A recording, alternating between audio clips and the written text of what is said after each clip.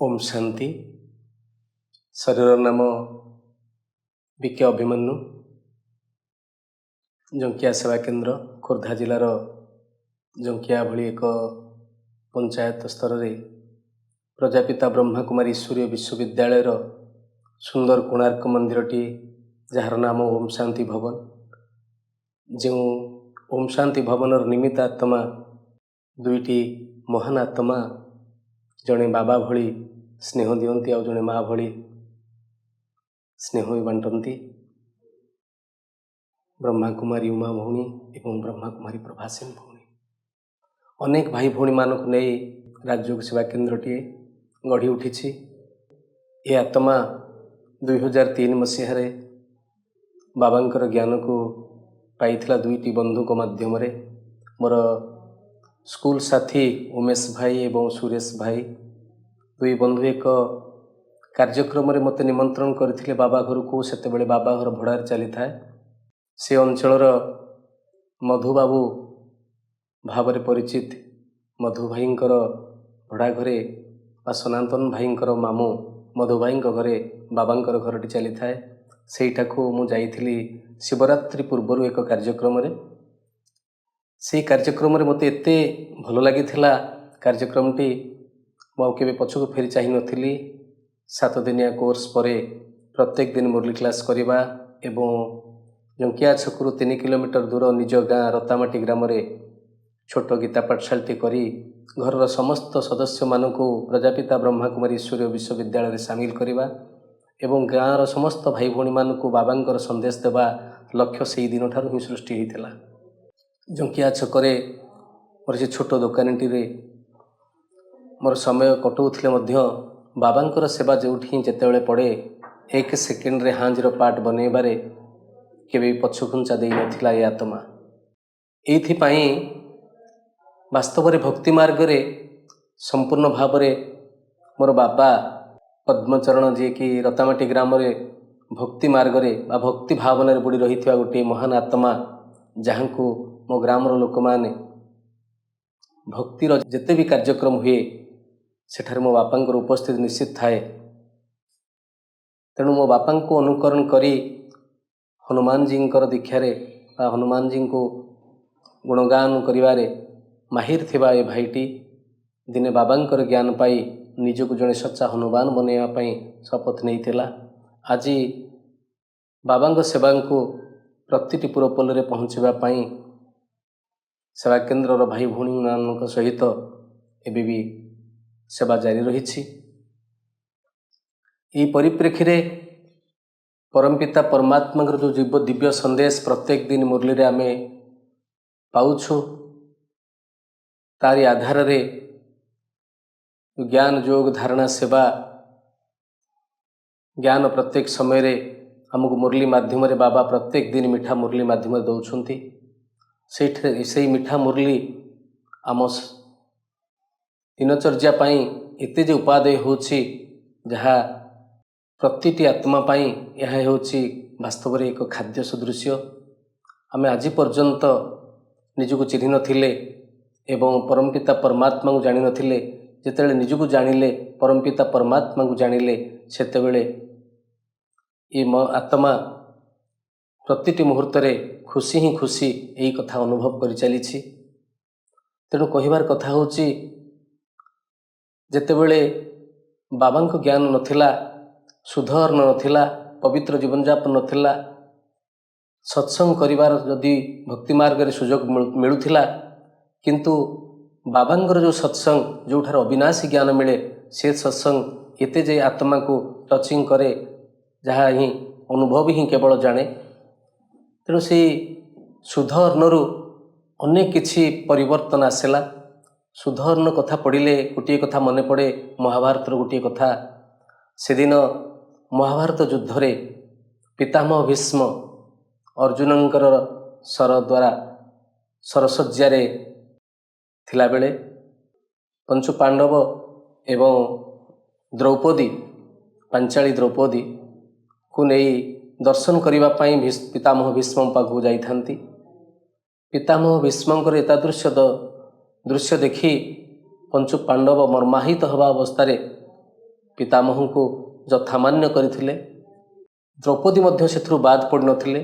ଦ୍ରୌପଦୀ ଯେତେବେଳେ ପିତାମହ ଭୀଷ୍ମକୁ ମଥାନତ କରି ପ୍ରଣାମ କରିଛନ୍ତି, ପିତାମହ ଭୀଷ୍ମ କହିଥିଲେ ସୌଭାଗ୍ୟବତୀ ଭବ। ଦୁଇ ଧାର ଲୁହ ଗଡ଼ି ପଡ଼ିଥିଲା ଦ୍ରୌପଦୀଙ୍କର ଦୁଇ ନୟନରୁ। ସେଦିନ ଏଇ କଥା କହିଥିଲେ ପିତାମହ ଭୀଷ୍ମଙ୍କୁ ଦ୍ରୌପଦୀ, ହେ ପିତାମହ ଭୀଷ୍ମ, ସେଦିନ କୁରୁସଭା ତଳେ ଏଇ ଟିକିଏ ଆଶୀର୍ବାଦ ଯଦି ଆପଣଙ୍କର ମୋ ପ୍ରତି ଥାଆନ୍ତା, ତେବେ ଦୁର୍ଯ୍ୟୋଧନ ଏବଂ ଦୁଃଶାସନର ସେଦିନର ସେଇ ପାପାଚାର ଦ୍ୱାରା ମୋତେ ବସ୍ତ୍ରହରଣ ହେବାକୁ ପଡ଼ିନଥାନ୍ତା। ମୋର ଲଜ୍ଜାକୁ ନିବାରଣ କରିବା ପାଇଁ ସେଦିନ ଯଦି ଶ୍ରୀକୃଷ୍ଣ ସାଥ ନ ଦେଇଥାନ୍ତେ, ଆପଣଙ୍କର ବୋହୂଙ୍କର ଅବସ୍ଥା କ'ଣ ହେଇଥାନ୍ତା ଆପଣ ଟିକେ ବିଚାର କରନ୍ତୁ। ପିତାମହ ଭୀଷ୍ମ ମଥାନତ କରି ଅତି ଧୀର ଏବଂ ନମ୍ର ସ୍ୱରରେ ଦ୍ରୌପଦୀଙ୍କୁ କହିଥିଲେ, ମାରେ, ସେଦିନ ମୁଁ ଯେଉଁ ଅର୍ଣ୍ଣରେ ପ୍ରତିପାଳିତ ହେଉଥିଲି, ସେ ଅର୍ଣ୍ଣ ଥିଲା ଦୁର୍ଯ୍ୟୋଧନର ଅର୍ଣ୍ଣ। ସେ ଅର୍ଣ୍ଣ ଥିଲା ପାପ ଅର୍ଣ୍ଣ। ସେ ପାପ ଅର୍ଣ୍ଣ ଏ ଶରୀର ଭିତରକୁ ଯାଇ ଯେଉଁ ରକ୍ତ ସଞ୍ଚାରିତ ହେଉଥିଲା, ସେ ରକ୍ତ ପାପ ରକ୍ତ ଥିଲା, ବା ସେଥିରୁ ଯେଉଁ ବୁଦ୍ଧି ଉଦୟ ହେଉଥିଲା, ସେ ବୁଦ୍ଧି ପାପ ବୁଦ୍ଧି ଥିଲା। ଆଜି ତୁମର ସ୍ୱାମୀ ଅର୍ଜୁନ ମୋତେ ଶରବିଦ୍ଧ କରି ମୋ ଶରୀରରେ ଥିବା ସେହି ପାପ ରକ୍ତ ଗୁଡ଼ିକୁ ଆଜି ନିଗାଡ଼ି ଦେଇଛନ୍ତି। ଆଜି ଯାହା ବି ମୋ ମୁଖରୁ ଯେଉଁ ଦୁଇ ଶବ୍ଦ ବାହାରୁଛି, ତାହା ହିଁ କେବଳ ଶୁଦ୍ଧ ବାକ୍ୟ ବାହାରୁଛି। ସେଦିନର ସମୟ ଆଜିର ସମୟ ଭିତରେ ଆକାଶ ପାତାଳ ତଫାତ ହୋଇଯାଇଛି।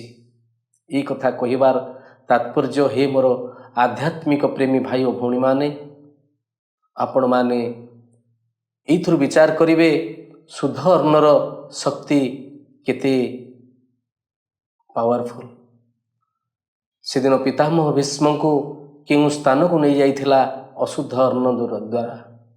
ତେଣୁ ଆସନ୍ତୁ ଆମେ ସମସ୍ତେ ଆଜି ଶପଥ ନେବା, ସ୍ୱୟଂ ପରମପିତା ପରମାତ୍ମା ପ୍ରତ୍ୟେକ ଦିନ ଆମକୁ ଯେଉଁ ଜ୍ଞାନ ମୁରଲି ମାଧ୍ୟମରେ ଶୁଦ୍ଧର୍ଣ୍ଣ କରିବାର ଯେଉଁ ସୂଚନା ଦେଉଛନ୍ତି, ସତ୍ସଙ୍ଗ କରିବାର ସୂଚନା ଦେଉଛନ୍ତି, ଦୈବୀ ଗୁଣ ଧାରଣ କରିବାର ସୂଚନା ଦେଉଛନ୍ତି, ତାହାକୁ ଆମେ ପାଳନ କରିବା।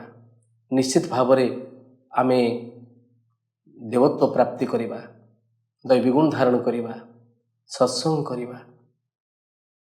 ତେବେ ଯାଇ ଆମେ ସ୍ୱୟଂ ପରମପିତା ପରମାତ୍ମାଙ୍କର ଯେଉଁ ସ୍ୱପ୍ନ ଏହି ଭାରତ ବର୍ଷରେ ସତ୍ୟଯୁଗ ସ୍ଥାପନା କରିବାର ଯେଉଁ ସ୍ୱପ୍ନ ସାକାର ହେବ ଏବଂ ପ୍ରତିଟି ନର ନାରାୟଣ ବନିବେ, ପ୍ରତିଟି ନାରୀ ଲକ୍ଷ୍ମୀ ବନିବେ ଏବଂ ପ୍ରତିଟି ଝାଟିମାଟିର ଘର ବୈକୁଣ୍ଠ ସମାନ ବନିଯିବ।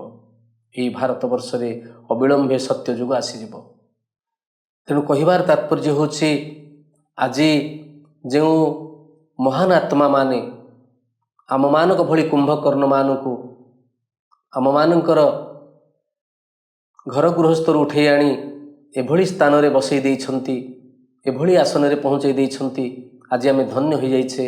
ସେମାନେ ବାସ୍ତବରେ ଆମମାନଙ୍କ ପାଇଁ ପୂଜ୍ୟ। ସେମାନଙ୍କ ଉଦ୍ଦେଶ୍ୟରେ କଥାଟିଏ ମନେ ପଡ଼ୁଛି, ଦୁଇଟି ବନ୍ଧୁଙ୍କର କଥା, ଗୋଟିଏ ଗୋବର ପୋକ ଆଉ ଗୋଟିଏ କଳା ଭଅଁର।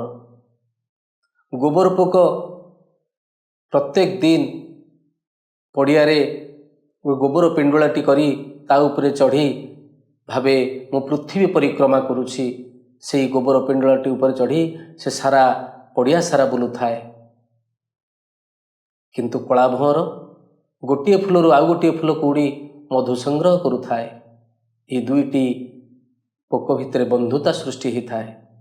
ଥରେ ଗୋବର ପୋକର ନିମନ୍ତ୍ରଣରେ ବନ୍ଧୁ କଳା ଭଅଁର ଆସିଥାନ୍ତି ଗୋବର ପୋକ ଘରକୁ ଏବଂ ଗୋବର ପୋକ ତାଙ୍କୁ ନେଇ ବସେଇଥାନ୍ତି ସେହି ପୃଥିବୀ ଭଳି ଗୋଲାକାର ଗୋବର ପିଣ୍ଡୁଳାଟି ଉପରେ। ଗୋବରର ଦୁର୍ଗନ୍ଧ ଯଦିଓ ତାଙ୍କ ନାକକୁ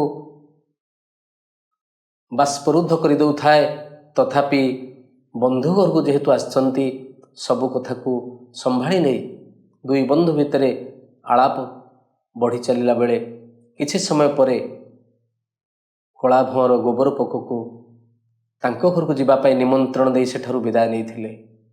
ସମୟ ଗଡ଼ି ଚାଲିଲା। ଗୋବର ପୋକ ମଧ୍ୟ ଦିନେ କଳାଭଅଁରଙ୍କ ଘରକୁ ବୁଲି ଆସିଲେ। ଶୀତ ଦିନର ସକାଳ, ଗୋବର ପୋକକୁ କଳାଭଅଁର ଦେଖି ଖୁସିରେ ନେଇ ଗୋଟେ ସଦ୍ୟ ପ୍ରସ୍ଫୁଟିତ ଗୋଲାପ ଫୁଲର ପାଖୁଡ଼ା ଉପରେ ବସେଇ ଦେଲେ। ଗୋବର ପୋକ ସେଇ ସଦ୍ୟ ପ୍ରସ୍ଫୁଟିତ ଗୋଲାପ ଫୁଲର ପାଖୁଡ଼ା ଉପରେ ବସି ପଡ଼ି ନିଜକୁ ଅହ ସୌଭାଗ୍ୟ ଲାଭ କଲେ। ଭାବିଲେ ସତେ ଯେପରି ମୁଁ ସ୍ୱର୍ଗକୁ ଚାଲି ଆସିଛି। ତଳିତପ୍ତ ଶଯ୍ୟା ଉପରେ ବସିଲା ଭଳି ତାଙ୍କୁ ଲାଗିଲା। ଅନୁଭବ କଲେ ବାସ୍ତବରେ ମୁଁ ଧନ୍ୟ ହୋଇଛି ଏହି କଳାଭଅଁରଙ୍କ ସହିତ ବନ୍ଧୁତା ସ୍ଥାପନ କରି। କିଛି ସମୟ ପରେ ସେହି ଶୀତ ଭିଜା କାକରକୁ ସର୍ବତ ଆକାରରେ ପିଇବା ପାଇଁ ଦେଲେ କଳାଭଅଁର। ଅନୁଭବ କଲେ ସତେ ଯେପରି ଗୋବର ପୋକଟି ମୋ ଅମୃତ ପିଉଛି। ସମୟ ଗଡ଼ି ଚାଲିଥାଏ। ହଠାତ୍ ବଗିଚାରେ ମାଳି ଭାଇଟି ଆସି ପହଞ୍ଚିଲା। ଗୋଟିଏ ପରେ ଗୋଟିଏ ଫୁଲକୁ ତୋଳି ତୋଳି ହାତ ପଡ଼ି ଯାଇଥିଲା ସେଇ ଗୋଲାପ ଫୁଲଟି ଉପରେ, ଯେଉଁ ଗୋଲାପ ଫୁଲଟି ଉପରେ ଗୋବର ପୋକ ବସି କଳାଭଅଁର ବନ୍ଧୁଙ୍କ ଠାରୁ ଆତିଥ୍ୟ ପାଉଥିଲେ। କଳାଭଅଁରଟି ଉଡ଼ି ଚାଲିଯାଇଛି। ଗୋବର ପୋକଟି ଭିତରେ ରହିଯାଇଛନ୍ତି ମାଳିର ହାତରେ ଫୁଲଟି। ଗୋବର ପୋକଟି ଫୁଲ ଭିତରେ ଅଣନିଶ୍ୱାସୀ ହୋଇ ବାହାରକୁ ବାହାରିବା ପାଇଁ ଚେଷ୍ଟା କରୁଛନ୍ତି ଶୁଣ୍ଢ ସାହାଯ୍ୟରେ। ହେଲେ ଅଣନିଶ୍ୱାସୀ ହୋଇ ଭାବୁଛନ୍ତି ଏ ସ୍ୱାର୍ଥପର କଳାଭଅଁର ବନ୍ଧୁଟି ମୋତେ ନିଶ୍ଚିତ ଭାବରେ ଏହି ଦୁର୍ଘଟଣାରେ ଛାଡ଼ି ଦେଇ ଚାଲିଗଲେ। ମୁଁ ନିଶ୍ଚିତ ଭାବରେ ଅଣନିଶ୍ୱାସୀ ହୋଇ ଏହି ଫୁଲ ଭିତରେ ମୋର ଜୀବନ ହାରିବି। କିନ୍ତୁ ତାଙ୍କର ସାହସ ରଖି ସେ ତାଙ୍କ ଶୁଣ୍ଢ ସାହାଯ୍ୟରେ ବାହାରିବା ପାଇଁ ଚେଷ୍ଟା କରୁଥାନ୍ତି। ସମୟ ଗଡ଼ି ଚାଲିଥାଏ। ହଠାତ୍ ଦେଖିଲେ ସାମ୍ନାରେ ଫୁଲଟି ଖୋଲି ଯାଇଛି ଏବଂ ସେ ବାହାରକୁ ଚାଲି ଆସୁଛନ୍ତି। ବାହାରେ ଦେଖିଲେ ହଜାର ହଜାର ଭକ୍ତ ଘଣ୍ଟ ଘଣ୍ଟା ଖୋଳ କରତାଳି ଧରି ଉଦଣ୍ଡ ନାଚ କରି କହୁଛନ୍ତି, ଜଗନ୍ନାଥ ସ୍ୱାମୀ ନୟନ ପଥଗାମୀ ଭବ ତୁମେ। ଆଉ କେହି କେହି ଖୋଳ ଗିନି କରତାଳି ବଜାଇ ଦୁଇ ହାତ ଉପରକୁ ଟେକି ଉଦଣ୍ଡ ନାଚ କରି ଏଇ କଥା କହୁଛନ୍ତି, ହରେ କୃଷ୍ଣ କୃଷ୍ଣ କୃଷ୍ଣ ହରେ ହରେ, ହରେ ରାମ ରାମ ରାମ ହରେ ହରେ। ଗୋବର ପୋକ ଆଶ୍ଚର୍ଯ୍ୟ ହେଲେ। ମୁଁ କେଉଁଠି ଥିଲି, କେଉଁଠି ଆସି ପହଞ୍ଚିଛି, କିଏ ମୋତେ ଏଠିକି ଆଣିଲା? ପଛକୁ ଚାହିଁଲେ ଗୋବର ପୋକ। ଦେଖିଲେ ଶଙ୍ଖ ଚକ୍ର ଗଦା ପଦ୍ମଧାରୀ ବିଷ୍ଣୁ। ନିଜକୁ ନିଜେ ଧନ୍ୟବାଦ ଦେଲେ। କହିଲେ, ଆହା କେଡ଼େ ଭାଗ୍ୟବାନ ମୁଁ, କେଡ଼େ ଭାଗ୍ୟବାନ ମୋର ବନ୍ଧୁ। ମୁଁ କେଉଁଠି ଥିଲି, କେଉଁଠି ମୋତେ ଆଣି ପହଞ୍ଚେଇ ଦେଲେ ମୋର ବନ୍ଧୁ। ବାସ୍ତବରେ ମୁଁ ଏଭଳି ବନ୍ଧୁ ପାଇ ଧନ୍ୟ ହୋଇଛି। ଧନ୍ୟ ତୁମେ ବନ୍ଧୁ କଳାଭଅଁର, ଆଉ ମୁଁ ମଧ୍ୟ ଧନ୍ୟ ହୋଇଛି ତୁମ ଭଳି ବନ୍ଧୁଙ୍କୁ ପାଇ। ଏଇ କଥା କହିବାର ତାତ୍ପର୍ଯ୍ୟ, ହେ ମୋର ଆଧ୍ୟାତ୍ମିକ ପ୍ରେମୀ ବ୍ରାହ୍ମଣ କୁଳଭୂଷଣ ଭାଇ ଓ ଭଉଣୀମାନେ, ଆଜି ବିଚାର କରିବାର ସମୟ ଆସିଛି। ଏଇ ଗୋବର ପୋକର କାହାଣୀରୁ ଆମେ ଏଇ କଥା ଜାଣିଲେ, ଆମେମାନେ ହେଉଛେ ସେଇ ଗୋବର ପୋକ।